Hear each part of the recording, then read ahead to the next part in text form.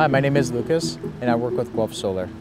Today we're in Woodstock and we're installing solar panels on top of the Woodingford Lodge Long-Term Care Center. We're very pleased to be part of this project with Oxford County here in Woodstock, this retirement home. It's one of the largest projects we've participated in. This is a 313 kilowatt net metering project that has 736 425 watt Q cell panels. This project is a really interesting one because the retirement home has 4 courtyards. And because of those 4 courtyards, there's lots of different roof faces on the building.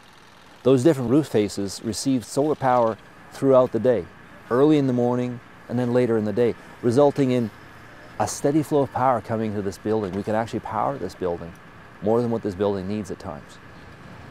It will produce over 300,000 kilowatts in a year of free green energy. The technology that we're using here is really compelling. Every 5 minutes, the inverters will report up to the internet how much power they've made. So if there ever is a problem, we'll get a notification.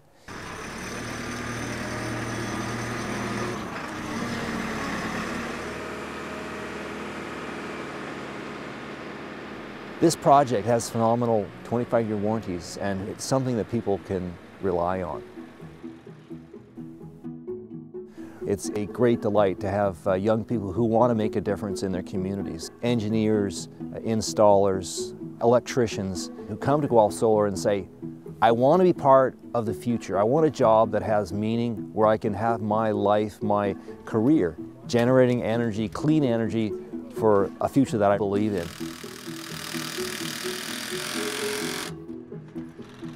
Probably one of the things that makes us proud to be part of this project is we really want to have an economy that is going to power our country, power our province, and our families in a way that's sustainable. It's what we're all about. I'm Steve Dyck, President of Guelph Solar. I'm so glad to be part of this project, powering homes and businesses from the sun.